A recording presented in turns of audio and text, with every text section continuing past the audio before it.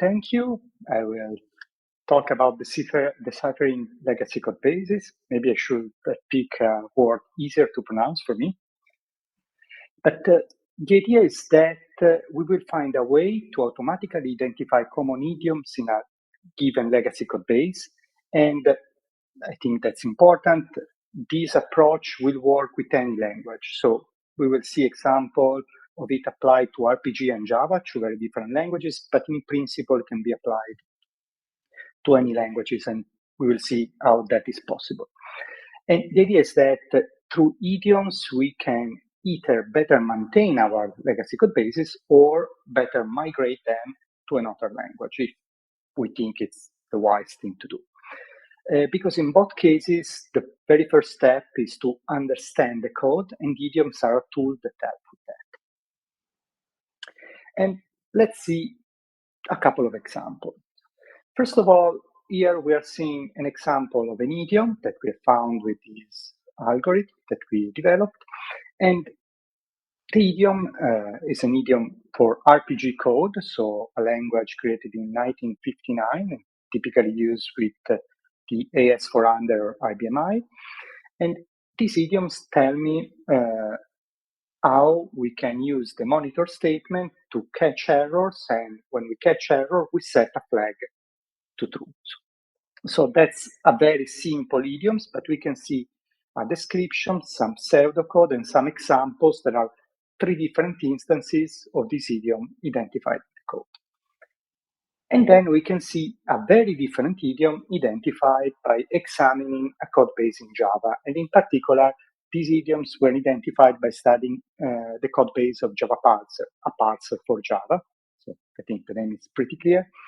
And I'm picking these two examples because they show that idioms work with different languages, RPG and Java, but they can also be very different in nature because the previous idiom was something that I would say would be common to any RPG code base. So it was a sort of language-wide idiom, while this idiom that we are seeing now is an idiom that is instead specific of a certain code base, because this is a typical idioms that we will find in Java parser, where we're processing different constructs and we have rules for processing the different constructs. So you will not find in general in Java code bases. So here we have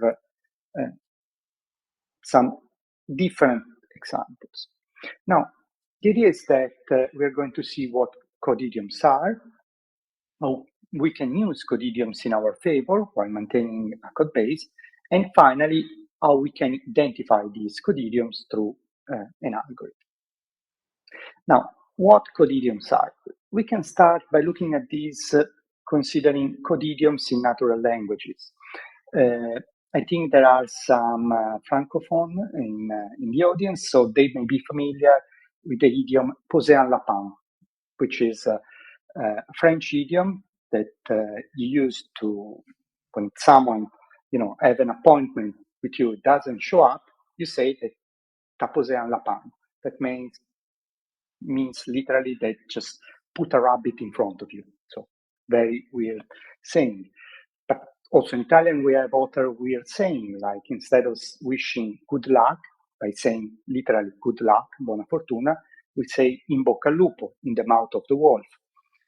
But in English, you may say break a leg, or Irish people may indicate a day with light, persistent rain, sort of misty, as a soft day. So there are ways of saying that transmit an idea very concisely, very vividly, and makes a lot of sense, provided you're familiar with that idiom. Because if you are someone studying French and someone say, oh, on t'a posé un lapin, maybe you will be confused about the meaning.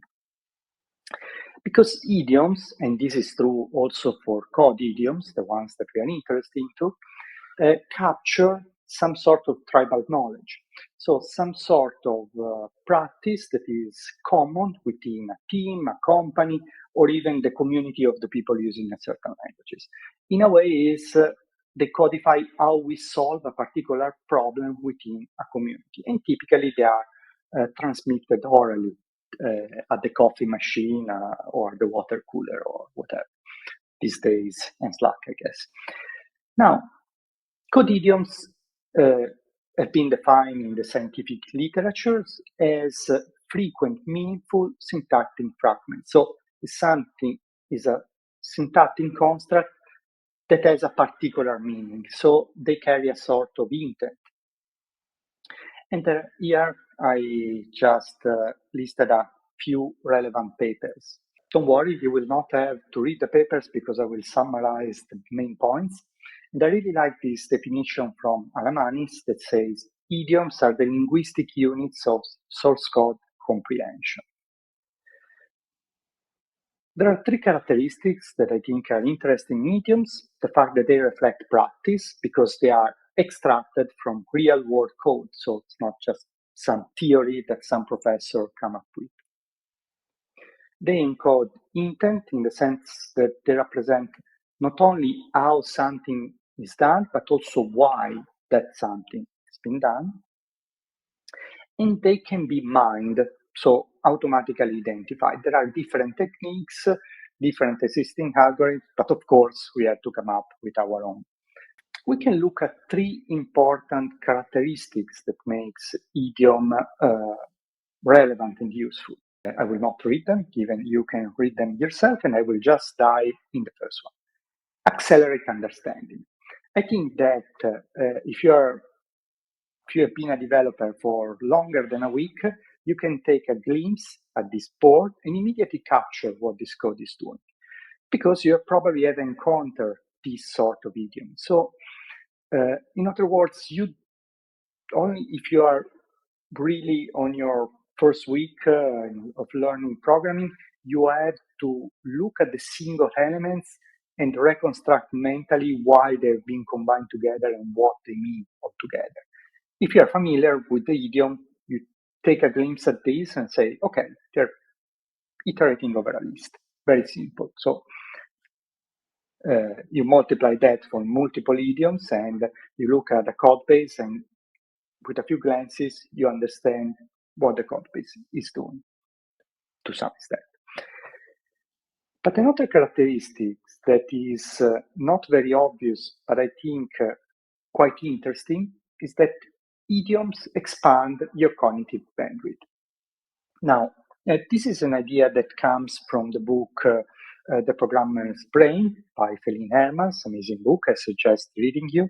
And she explained how the theory of chunking can be applied to code. The basic idea is that when we are reasoning on something, we use some slots of working memory that are estimated to be between 5 and 9. And basically, in these slots, we can hold single concepts. But concepts can be very different in nature. So someone that is not an expert in the language, in a language, will use single slots for very minimal pieces of syntax because they're not as obvious to this person. And so two different developers, one not familiar with these idioms, may use a lot of slots just to hold in his mind the different parts of the idioms, while someone that is sufficiently familiar with the idioms will perceive it as a single unified concept, and therefore this concept will hold a single slot, freeing up more space. It's a little bit like it will allow this person to raise the level of abstraction at which they're thinking, so that they can hold more complex building blocks and therefore think about more complex things, solve wider problems. So I think that is a very interesting effect of idioms. And another thing that maybe this one is instead very obvious is that they're proven solutions. So you don't need to come up with your own idea of how you should iterate over a list. You should not spend 20 minutes thinking if it's better to initialize I to 0 or to 1, if you should use less than or less equal. There is a solution that has been tested by many developers, and through trial and errors, we know that this is just working. So let's just use it. Now, we have seen a few advantages. that explain the nature of code idioms, but how can we apply that to maintain a legacy code base? Well, something we could do could be, for example, taking some developer familiar with the code base and having this person write down a catalog of code idioms and then passing down these code idioms to a young and patient developers that will sit down and actually read the idioms one by one after the others, reading the description, example, and so on. I'm afraid that at this particular time that we are living, the patience to sit down and read is not so common. So we may want to find other ways to take advantage of idioms. And I have a small demos. So I will play it. I pre-recorded because I'm not a brave man. And here we are demonstrating a very simple application that we developed just to give you an idea of how idioms could be visualized. Now, I'm showing this visualization of idioms in this tool. Of course, you could modify Visual Studio Code, for example, and integrate idioms there. But the idea is that I have this list, I click on one element, and I can see a description, the pseudocode, some examples with reference to actual code in the code base I'm examining. And then I guess I will painfully scroll down and reflect on which idioms to open next. And by the way, next to the name of each idioms, you can find how many instances there are in this code base. So you can get an idea of which ones are more relevant. Here I'm seeing another idioms, other examples, and all is well and good, but I think the author view is more interesting. Here I can see on the right a list of idioms, and for each idiom I can see the different instances. And I can click on one and see the corresponding code. And so I can navigate on multiple instances and see one after the other. Or I can just look at code, click on the left, and I will get on the spot while I'm looking at some code, maybe some code that I'm not familiar with, what kind of idioms this is representing, and this will provide sort of contextual support in understanding the idiom and therefore understanding the code that I'm looking at. So that's the end of the small demo that was intended to give an idea of how idioms could help someone trying to maintain a code base. But another things that we may do is use code idioms to better migrate code. Now, when we are migrating a code base using typical language engineering techniques, we will look at some code. Here we are seeing a simple declaration of a global variable in RPG. We will construct the abstract syntax tree, that is basically a model describing the structure of the code, and then we will pick every single element and create a corresponding element in the target AST. Let's suppose that I want to generate Java. I will look for each node representing a global variable in RPG and create a node representing a field in Java. So this is a, let's say, low-level translation, construct by construct, element by element. I translate my code. This worked to an extent. In other cases, what would be very useful is to apply this idea of idiom so that we can recognize not single elements, but cohesive group of elements that represent some sort of intention. For example, here I'm seeing a sequence of 5 statements in RPG that show how we can open a file, and typically data used to be stored on file of records in RPG. We open a file and we iterate over the file row by row, deleting every record. And so this is why how I can read a file and delete everything. In this case, without any checks on just deleting every single row.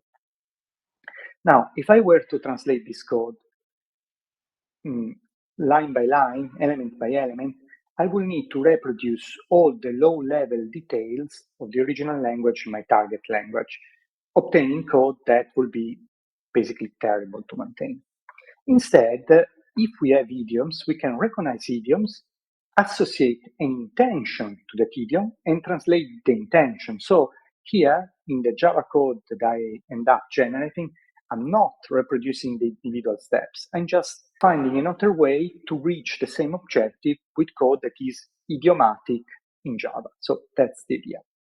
It permits to level up the level of abstraction that I use in code transformations. For example, we're moving from a language to another language.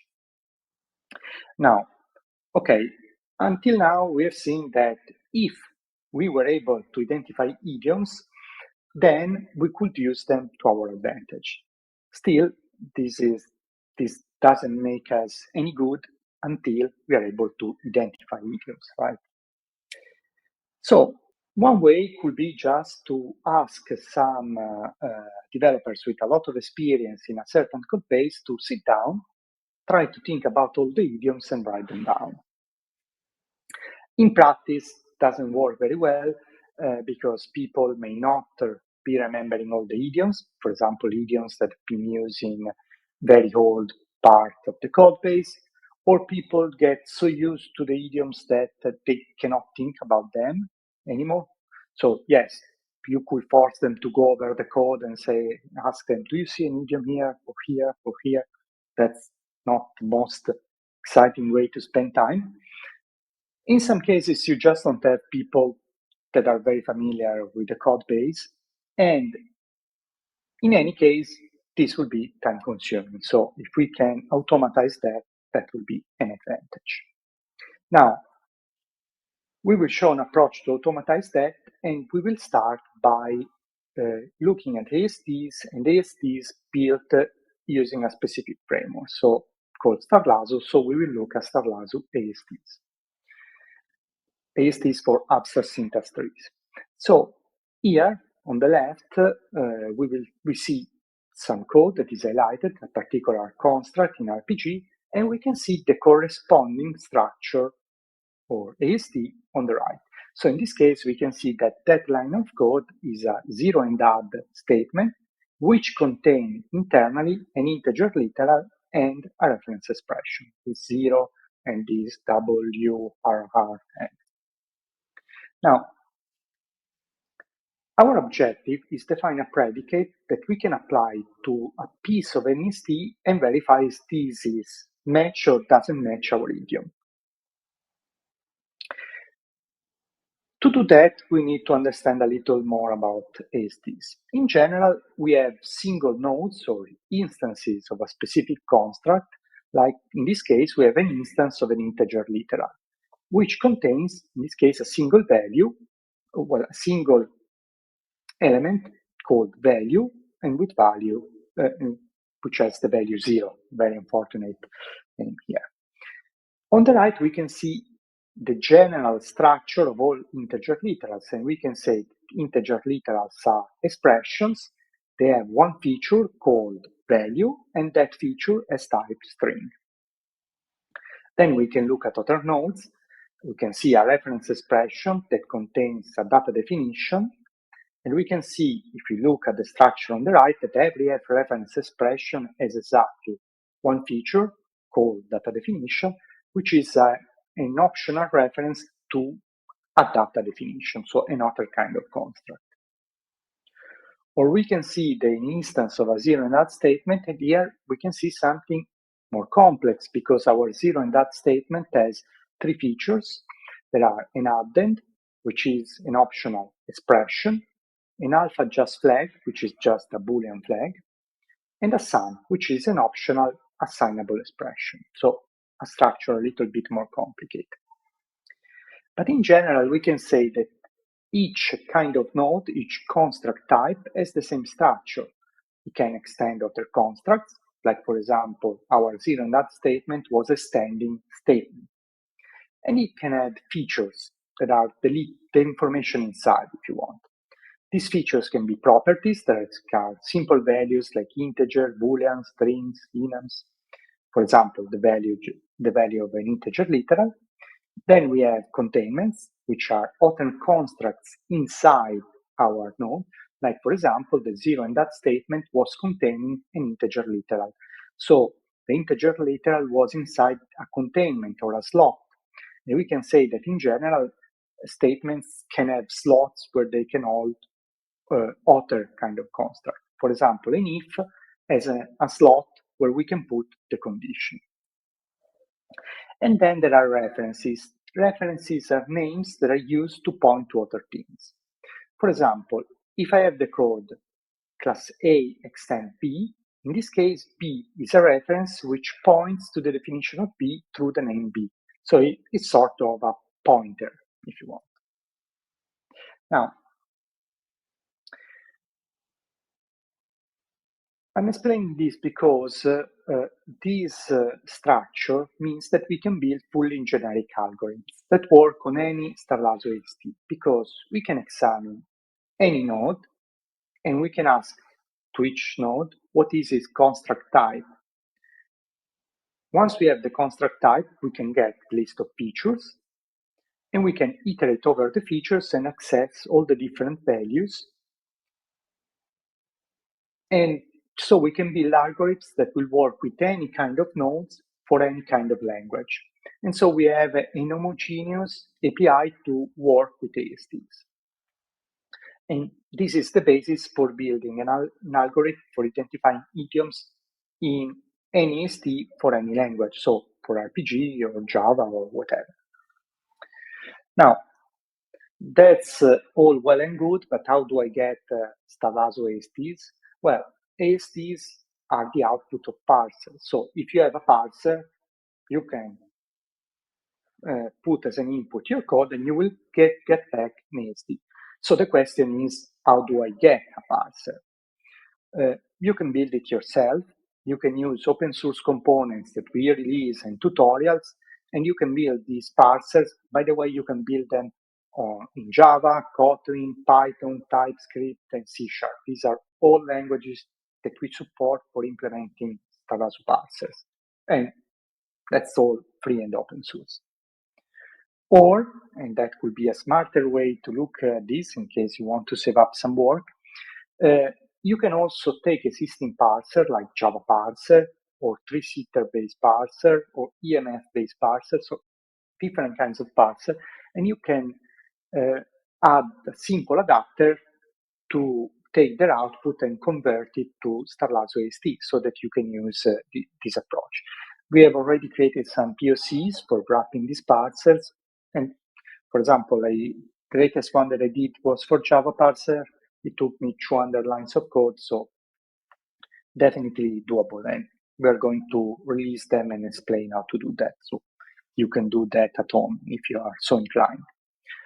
Then we also built and licensed commercial parser for those old legacy languages for which typically difficult to build a parser. So if you're working with Java, JavaScript, Python, these modern languages, you can take probably existing parser and wrap them and do that for free. If you're interested in legacy languages, well, here we are. Now, we also created a simple demonstration tool online, playground.strumenta.com. You can go there and look at different examples of ASTs for different languages. So if you want to get a sense of how ASTs look like for a particular language, you can look at this example and interact a little bit with this tool. Okay, so let's suppose we have our parser, we have a code base we want to study, we run the parser against the code base and we can get back a bunch of ASTs.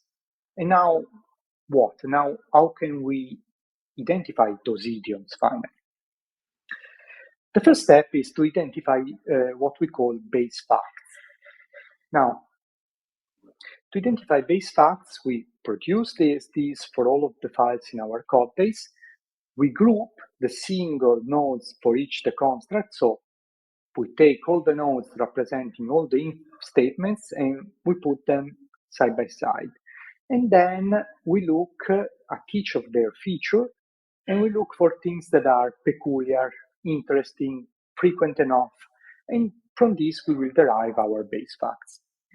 For example, we may look at all the integer literals in our code base and find out that we have maybe, I don't know, tens of thousands. Then we look at them and look if, in this case, integer literal has a single feature value. So what we could do is looking if there is values that are common. Maybe by examining this code base, we will find that 0 and 1 are very common. Maybe in other code bases, 256 could be very common, for example, -1. In this code base, we make the hypothesis that 0 and 1 were very common. So we write down two predicates that says instance of x of the literal as value 0, or instance x of literal, integer literal as value 1. So we have these two predicates that in this particular case are exclusive, so you can satisfy at most one of them, but not two. But we can look at other kinds of nodes with more features, look at each feature and see if there are other characteristics that are common. Maybe we look at all the field declaration in a Java code base and we can see that all the names are very different, so there is no common name. So we will not create a base fact for the name of a field declaration. But maybe we can then look at the initial value, so a containment inside the field declaration, and see that it's very common for the initial value to be an integer or a string, and so we can write that down. Or maybe we can see that very frequently a field declaration has a type that is an integer or a Boolean. So we write down these things and we create more predicates. And in general, there are these ways in which we identify base facts. We look at each property, so the ones containing simple values, and we see if they have sufficiently common values, maybe values that represent 5% or more, or all the values appearing. Then, if they're of type string, we also look if they have a common prefix. For example, if I'm looking at the name of Java methods, I could see that the prefix get or is or set is very common, and so I may want to write it down. Then we look at references that are names used to point out at things, and basically we do the same things, common values or values with common prefixes. Then we look at containments and we look if it's very common that they are empty or very common that they hold a node of a certain type. For example, in a for loop, the condition is frequently a less than expression. So it's very frequent that inside a for loop, the condition is of type less than expression. In some cases, we also look if some containment as a child of a type, of a certain type so commonly that is almost interesting when the child is not of the type. For example, if you're looking at Java methods, a lot of them will have a return type void. So given it's so common, maybe it's above 25% of the cases, I want also to have a predicate to indicate methods that have a return type which is not void. Then we can consider if a node is followed by another node, so to identify sequences. And then we have a special base fact to indicate the node type. Now, all these base facts, all these predicates, we use them because based on this, we will create vectors that are basically array of numbers. And maybe the example will make it more clear. So we have a certain integer literal.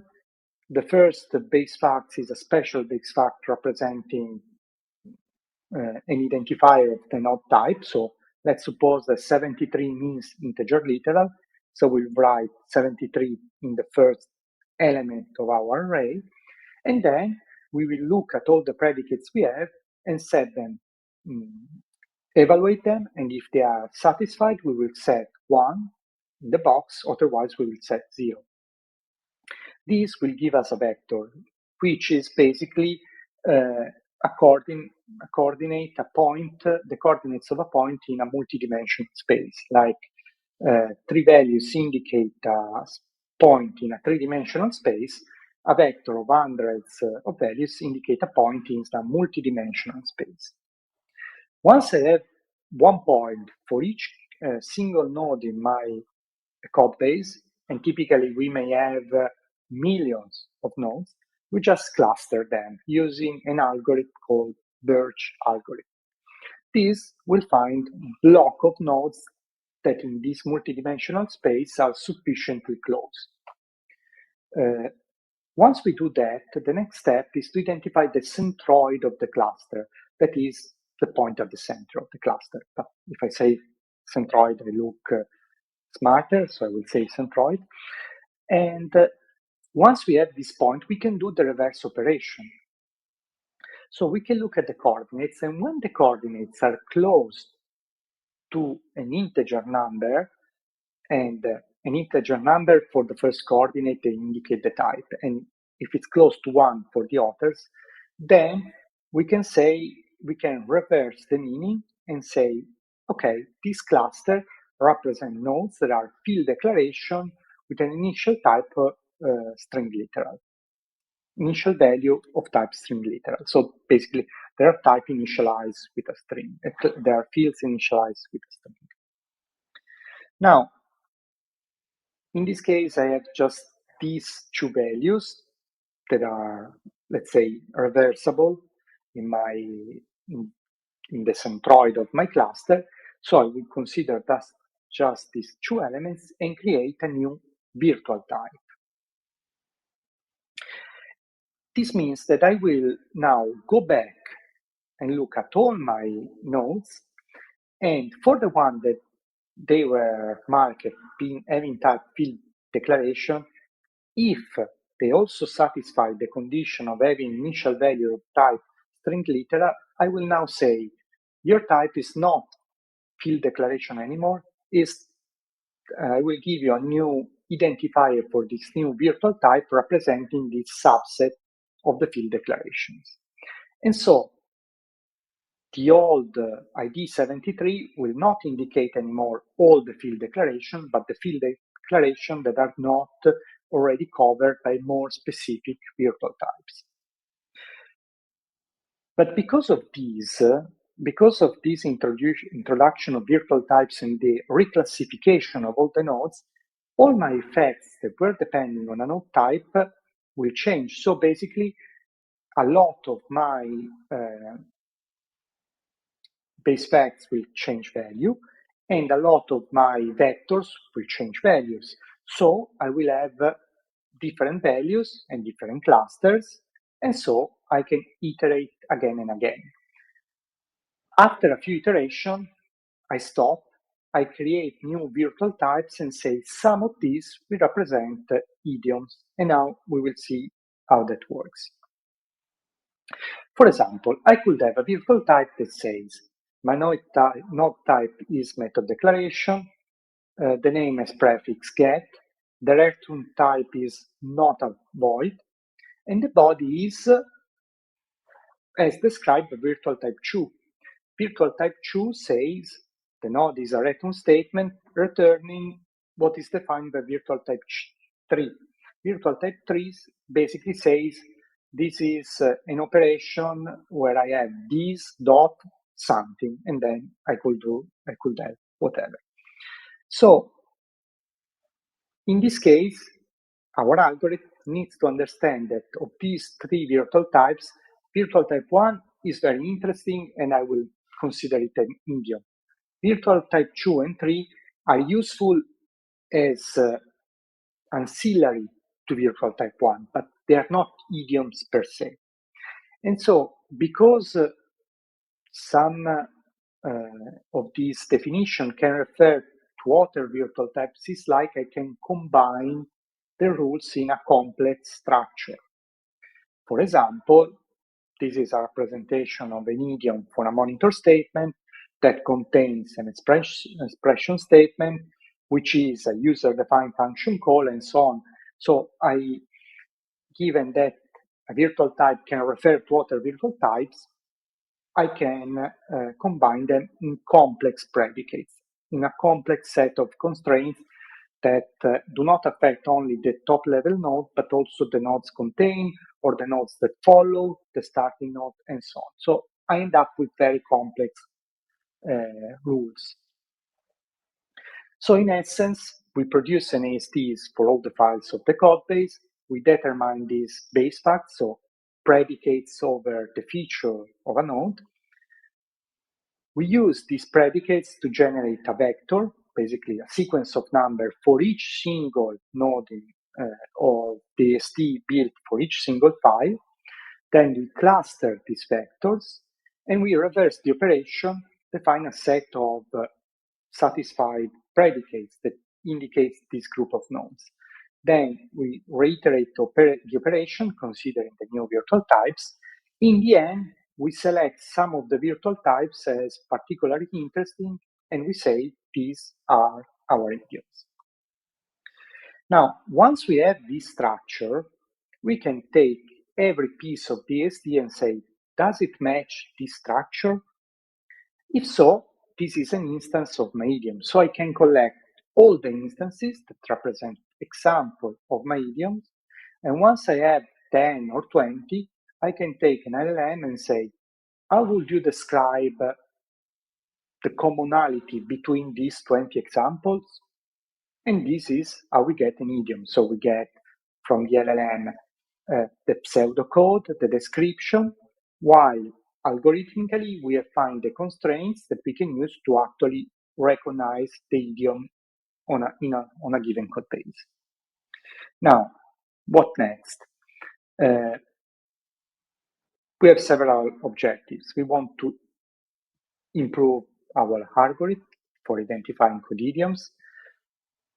And we want to define a process for validating the code idioms with the experts, because you can imagine that this algorithm, we can tweak it, but we always have the problem that either we make it too strict and we don't find, we discard idioms that are interesting, or we make it too loose and then we find too many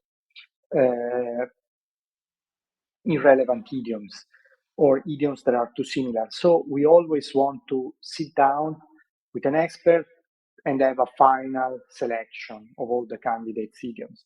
Of course, we want to have an algorithm so that, I don't know, at least the half or 1/3 of the idioms will be considered interesting by an expert. If we have an algorithm that finds a lot of noise, then it's not worth using. We want to improve support for visualizing these idioms, like I've shown in the demo. Right now, we have applied it to our internal tool, but we could apply it to VS Code, for example. And that's it. So I will try to go back, ask if there are any questions. You mentioned the AST, the what was it called again? Starlasu AST. Yeah, Very Starlasu. weird name. I don't remember you talking about like where that name comes from and what that kind of means or entails. Yeah, well, it's sort of a accident of history in the sense that we created initially a library called Colasu for Kotlin language support, so that we could use it to write parser in Kotlin. But then we created a second one for creating parser in TypeScript, we call Tylasu, and then one in Python called Pylasu, and they're all open source. Gotcha. And then eventually we say star as in asterisk, so whatever Lasu, and then we say Starlasu. We are not good at marketing, let's say. No, that's fine. It makes sense now that you derived it for me. So, like, if I understand correctly, the goal of that is to create or I don't know, it is a goal to be able to compare like idioms cross language. So it's like like if I'm or like how language specific are the ASTs that you get out of Starlasu? Yeah, well, the objective was to create an algorithm that we can apply today to an RPG code base, tomorrow to a SQL code base, for example. Mm-hmm. And so while each single AST is obtained for each different piece of code will be different, but all the constructs they use will be common to all the code, to a code base in a certain language. So an if statement will have the same structure for all RPG AST. And then the next step is that all Starlasu AST have the same structure. So if you want, Starlasu dictate the schema of the node, if you Okay. want. So it's it's what people that are interested in model-driven development will call a meta model, which is not a very clear term, but I think that schema of schema, maybe it's simpler. Okay. Yeah. So I think that's interesting, and I think the that vector space that you were talking about. I don't know that I fully understood those how those numbers were derived that are part of that vector. So they're based on the predicates that you define. But I think I might have missed the detail where that calculation is taking place for a particular vector. Yeah, no, sorry, I think I went a No, little bit quickly on this. But yes, we find a set of predicates, like this integer has value 0, this integer value 1. And so we end up typically with hundreds of predicates. Now, then for each of them, with the exception of the first one that indicate the type. So for all the others, we just set them the values to 0 if the predicate is not satisfied, and to 1 if it's satisfied. So if we say predicate in cell 1 represent the integer having value 0, if we take an integer at value 7, 7 is not 0, the predicate is not satisfied, I will write 0 in the box.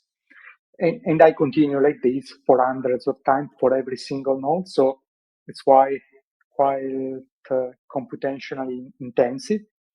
But yeah. Okay. And so like,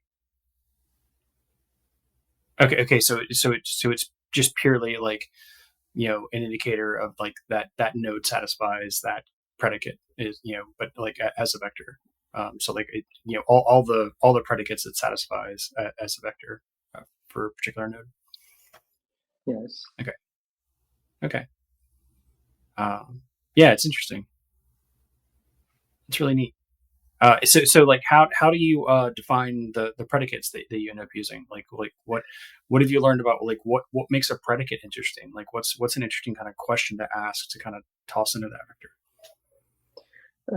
Well, by trial and error is how we found the formula. But basically, I started by simple idioms that I was familiar for in Java. For example, like, the getter could be an idiom. The iteration over a list could be an idiom. So what kind of information will be relevant to identify such an idiom? And for example, looking at getters, I say, but maybe I want to recognize things that have a certain prefix in the name. And then I said, maybe I want to identify things that have a particular containment, the return type, that is not of a given type. So I want to find the methods that start with get and are not returning void. And so from this, I set a certain number of statements that I could make about a piece of code. And then purely by trial and error, I figure out some threshold. So I want to use to have a predicate for, I don't know, name of methods starting with a certain name, only if this this prefix is using, I don't know, at least 5% of the method. So maybe 7 or maybe 3. And then by tweaking it with a lot of experiments, in the end, you define some thresholds. And so, yes, based on this, you say, okay, so when I will have a prefix appearing at least 5% of the time, I want to have a predicate about that. Neat. Yeah, I thought I really appreciate you sharing that with us. I think I especially liked the introduction, the recognition of like virtual types. So like like when a field is actually just a stand-in for an integer. I thought that was neat and that was interesting, and being able to derive that and kind of use that as part of the analysis as well. I thought that was really clever. I have to say that I stole the idea of virtual types from a paper. Awesome. I just so this idea of virtual type, we adapted the algorithm because we tried to use the algorithm that we found in paper, but when we were applying them to real code bases with millions of lines of code, all hell break loose. So we say, okay, maybe we want to take some ideas but adjust a little bit the implementation. Awesome. Well, yeah, thank you very much.